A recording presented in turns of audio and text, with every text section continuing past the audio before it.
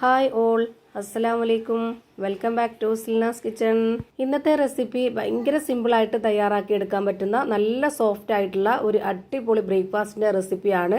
നമ്മുടെ പൊറോട്ടയൊക്കെ കഴിക്കുന്ന അതേ ടേസ്റ്റിൽ അതുപോലെ തന്നെ നല്ല പഞ്ഞ് പോലുള്ള ഒരു അടിപൊളി ബ്രേക്ക്ഫാസ്റ്റ് ആണ്. നമ്മുടെ വീട്ടിലേക്ക് പെട്ടെന്ന് ഒരു ഗസ്റ്റ് വരികയാണെന്നുണ്ടെങ്കിലൊക്കെ തയ്യാറാക്കി കൊടുക്കാൻ പറ്റുന്ന ഒരു അടിപൊളി ബ്രേക്ക്ഫാസ്റ്റിന്റെ റെസിപ്പിയാണ്. ഇറച്ചിക്കറികളുടെ കൂടെയോ മുട്ടക്കറിയുടെ കൂടെയോ കടലക്കറിയുടെ കൂടെയോ ഒക്കെ കഴിക്കാൻ പറ്റുന്ന ഒരു അടിപൊളി ടേസ്റ്റി ആയിട്ടുള്ള പലഹാരമാണ്. ലെയറായി നല്ല സോഫ്റ്റ് ആയിട്ടിരിക്കുന്ന ഒരു അടിപൊളി പലഹാരമാണ്. അപ്പോൾ ഇതെങ്ങനെയാണ് തയ്യാറാക്കുന്നതെന്ന് അറിയാനായിട്ട് വീഡിയോ സ്കിപ്പ് ചെയ്യാതെ മുഴുവനായിട്ടൊന്ന് കണ്ടു നോക്കണേ. റെസിപ്പിയിലോട്ട് കിടക്കുന്നതിന് മുമ്പായി സിൽനാസ് കിച്ചൺ ചാനൽ ആദ്യമായിട്ട് കാണുന്നവരാണെങ്കിൽ പ്ലീസ് ഒന്ന് സബ്സ്ക്രൈബ് ചെയ്തേക്കണേ. ഒപ്പം തന്നെ ഈ വീഡിയോസ് നിങ്ങൾക്ക് ഇഷ്ടപ്പെടുകയാണെങ്കിൽ ലൈക്ക് ചെയ്യാനും ഷെയർ ചെയ്യാനും മറക്കരുത്. ഇനി നമുക്ക് ഇതെങ്ങനെയാണ് തയ്യാറാക്കുന്നതെന്ന് നോക്കാം. ഇതിനായി ഞാൻ ആദ്യം തന്നെ ഒരു മിക്സിയുടെ ജാർ എടുത്തിട്ടുണ്ട്. ഇതിലേക്ക് 250 ml കപ്പിന്റെ അളവിൽ 1 കപ്പ് ചോറാണ് ഇട്ട് കൊടുക്കുന്നത്. ചോറ് ഏത് അരിയുടെ ചോറായിരുന്നാലും കുഴപ്പമൊന്നുമില്ല. ബാക്കി വന്ന ചോറാണെങ്കിലും ചൂടോടെയുള്ള ചോറാണെങ്കിലും ഏത് വേണമെങ്കിലും എടുക്കാവുന്നതാണ്. ഞാനിപ്പോൾ ഇതിലേക്ക് ഇട്ട് കൊടുത്തിട്ടുള്ളത് ബാക്കി വന്ന ചോറാണ്. ഇനി ഇതിലേക്ക് ഒരു കോഴിമുട്ട പൊട്ടിച്ചൊഴിച്ചു കൊടുക്കാം. പിന്നെ ആവശ്യത്തിനുള്ള ഉപ്പും കൂടെ ഇട്ട് കൊടുക്കുന്നുണ്ട്. ഇനി ഈ ചോറ് ഇട്ട് കൊടുത്ത അതേ കപ്പ് അളവിൽ തന്നെ ഒരു 1/4 കപ്പ് അളവിലുള്ള വെള്ളം ഒഴിച്ചു കൊടുക്കുന്നുണ്ട്. ഇത്രയും മാത്രം മതി. ഇനി നമുക്കിത് നന്നായിട്ടൊന്ന് അരച്ചെടുക്കാം. ഇനി ഇത് നന്നായിട്ടൊന്ന് അരച്ചെടുത്ത ശേഷം ഒരു പാത്രത്തിലേക്ക് മാറ്റുന്നുണ്ട്. ഈ ഒരു അരച്ചെടുത്ത ചോറിന്റെ പരുവം നിങ്ങൾക്ക് കാണുമ്പോൾ തന്നെ മനസ്സിലാവുന്നുണ്ടാവും. ഇതേ പരുവത്തിലാണ് നമ്മൾ അരച്ചെടുക്കേണ്ടത്. ഇനിയിപ്പോൾ ആ ഒരു മിക്സിയുടെ ജാറിൽ ഇരിക്കുന്നതെല്ലാം ഞാൻ കൈ വെച്ചിട്ടൊന്ന് തുടച്ചിട്ട് കൊടുക്കുന്നുണ്ട്. ഇനി അടുത്തതായിട്ട് ഇതിലേക്ക് ഇട്ട് കൊടുക്കുന്നത് 250 ml കപ്പിന്റെ അളവിൽ 2 കപ്പ് മൈദയാണ്. ഗോതമ്പ് പൊടിയിലും ഇത് ചെയ്തെടുക്കാവുന്നതാണ്. എന്നാലും ഈ ഒരു ബ്രേക്ക്ഫാസ്റ്റിന് ഏറ്റവും കൂടുതൽ ടേസ്റ്റ് മൈദയിൽ ചെയ്തെടുക്കുമ്പോഴാണ്. അപ്പോൾ ഞാനിവിടെ 2 കപ്പ് മൈദയും ഇട്ട് കൊടുത്തതിന് ശേഷം കൈ വെച്ചിട്ട് ഇതുപോലെ നന്നായിട്ടൊന്ന് മിക്സ് ചെയ്തിട്ടെടുക്കുന്നുണ്ട്. ചോറ് അരയ്ക്കുന്ന സമയത്ത് തന്നെ ഉപ്പിട്ട് കൊടുത്തതുകൊണ്ട് ഇനി ഇതിലേക്ക് ഉപ്പിൻ്റെ ആവശ്യമില്ല. ഈ ഒരു ചോറിൻ്റെ നനവ് വെച്ചിട്ട് തന്നെ നമുക്കിത് നല്ല പോലെ കുഴച്ചിട്ടെടുക്കാവുന്നതാണ്. വേറെ വെള്ളമൊന്നും ഒഴിച്ചു കൊടുക്കേണ്ട ആവശ്യമില്ല. ഈ ഒരു മാവിൻ്റെ പരുവം എന്ന് പറയുന്നത് ചപ്പാത്തിയുടെ മാവിൻ്റെ അത്ര ടൈറ്റും ആവരുത്, എന്നാൽ പൊറോട്ടയുടെ മാവിൻ്റെ അത്ര ലൂസും ആവരുത്.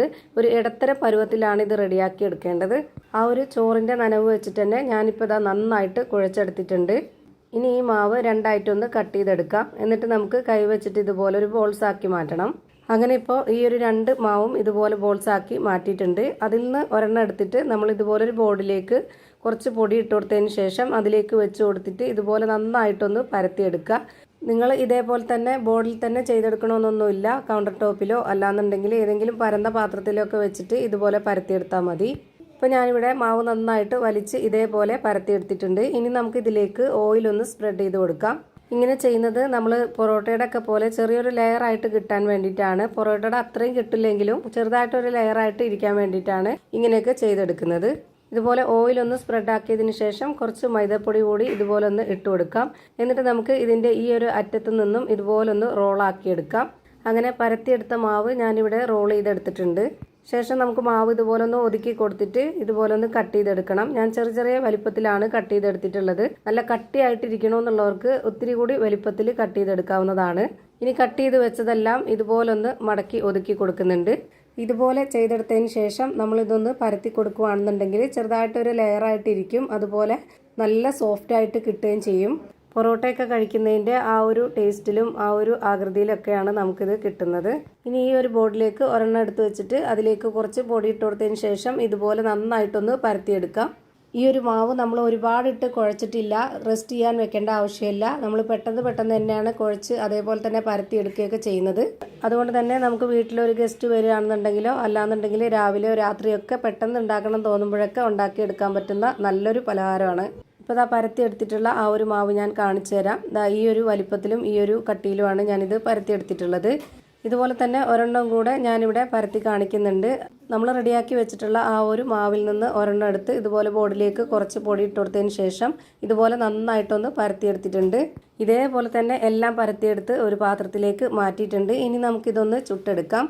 അതിനായി ഞാനിവിടെ ഒരു പാൻ സ്റ്റൗവിലേക്ക് വെച്ച് ഫ്ലെയിം ഓൺ ആക്കി കൊടുത്തിട്ടുണ്ട്. അതിലേക്ക് കുറച്ച് ഓയിലൊന്ന് സ്പ്രെഡ് ആക്കിയതിന് ശേഷം ഇതുപോലെ പരത്തിയെടുത്ത മാവ് ഇട്ട് കൊടുത്തു. ഇനി ഇതിന് മുകളിലേക്ക് കുറച്ച് ഓയിൽ ഒഴിച്ചു കൊടുക്കുന്നുണ്ട്. ഈ ഒരു ഓയിൽ ഒഴിച്ചു കൊടുത്തിട്ട് ഇത് ചുട്ടെടുക്കുമ്പോഴാണ് പൊറോട്ടയുടെയൊക്കെ അതേ ഒരു ടേസ്റ്റിൽ കിട്ടുന്നത്. ഇനി നിങ്ങൾക്ക് ഓയിൽ ഒഴിച്ചു കൊടുക്കണ്ട എന്നുണ്ടെങ്കിൽ അങ്ങനെയും ചുട്ടെടുക്കാം, കുഴപ്പമൊന്നുമില്ല. ഇനി ഇതൊന്ന് തിരിച്ചിട്ട് കൊടുക്കാം. എന്നിട്ട് അതിൻ്റെ മുകളിലേക്ക് കുറച്ചുകൂടി എണ്ണ ഒഴിച്ചു കൊടുക്കണം. രണ്ട് സൈഡിലും എണ്ണ ആക്കി കഴിഞ്ഞാൽ പിന്നെ നമുക്ക് തിരിച്ചും മറിച്ചൊക്കെ ഇട്ട് കൊടുത്തിട്ട് ഇത് നന്നായിട്ടൊന്ന് വേവിച്ചെടുക്കാം. ഇപ്പോൾ ഇവിടെ ഒരു സൈഡ് നന്നായിട്ട് വെന്ത് കിട്ടിയിട്ടുണ്ട്. ഇനി ഈ ഒരു ഭാഗം കൂടെ ഒന്ന് വെന്ത് കിട്ടണം. ഒരു 3-4 സെക്കൻഡ് ആ ഒരു ഭാഗം കൂടെ വേവിച്ചെടുത്തതിന് ശേഷം ഇനി നമുക്കിത് പാനിൽ നിന്ന് മാറ്റാവുന്നതാണ്. ഇനി രണ്ടാമത് ഇട്ട് കൊടുക്കുമ്പോൾ ആ ഒരു പാനൊന്ന് തുടച്ചിട്ട് വേണം ഇത് ഇട്ട് കൊടുക്കാനായിട്ട്. അല്ലാന്നുണ്ടെങ്കിൽ അതിലുള്ള ആ ഒരു പൊടികളെല്ലാം ഈ ഒരു മാവിലായിട്ട് ആകെ കരിഞ്ഞു പോവും. അപ്പോൾ ഞാൻ രണ്ടാമതൊരെണ്ണം കൂടി ഇട്ട് കൊടുത്തിട്ട് തിരിച്ചും മറിച്ചും എണ്ണയൊക്കെ ഒഴിച്ചു കൊടുത്തിട്ട് നന്നായിട്ട് വേവിച്ചെടുക്കുന്നുണ്ട്. ഇപ്പോൾ ഇതിൻ്റെയും രണ്ട് സൈഡും വെന്ത് കിട്ടിയിട്ടുണ്ട്. നമുക്കിതുകൂടി എടുത്ത് മാറ്റാം. ഇതേപോലെ തന്നെ ഞാനിവിടെ എല്ലാം ചെയ്തു വെച്ചിട്ട് പൊറോട്ടയൊക്കെ അടിച്ചെടുക്കുന്ന പോലെ ഇതുപോലെ കൗണ്ടർ ടോപ്പിലേക്ക് ഇട്ടിട്ട് ഇതുപോലെ ഒന്ന് ജസ്റ്റ് അടിച്ചെടുക്കുന്നുണ്ട്. ഇപ്പോൾ ദാ അടിപൊളി ടേസ്റ്റി ആയിട്ടുള്ള നല്ല സോഫ്റ്റ് ആയിട്ടുള്ള പഞ്ഞ് പോലെ ലെയർ ആയിട്ടുള്ള ഒരു അടിപൊളി ബ്രേക്ക്ഫാസ്റ്റ് റെഡിയായി കിട്ടി. ഏത് കറികളുടെ കൂടെ വേണമെങ്കിലും നമുക്ക് കഴിക്കാവുന്നതാണ്. അപ്പോൾ ഇത്രയേ ഉള്ളൂ ഇന്നത്തെ വീഡിയോ ഇഷ്ടമായാൽ ലൈക്ക് ചെയ്യാനും കമൻറ്റ് ചെയ്യാനും ഷെയർ ചെയ്യാനും മറക്കരുത്. പുതിയൊരു വീഡിയോയുമായി വീണ്ടും വരും. Thank you for watching.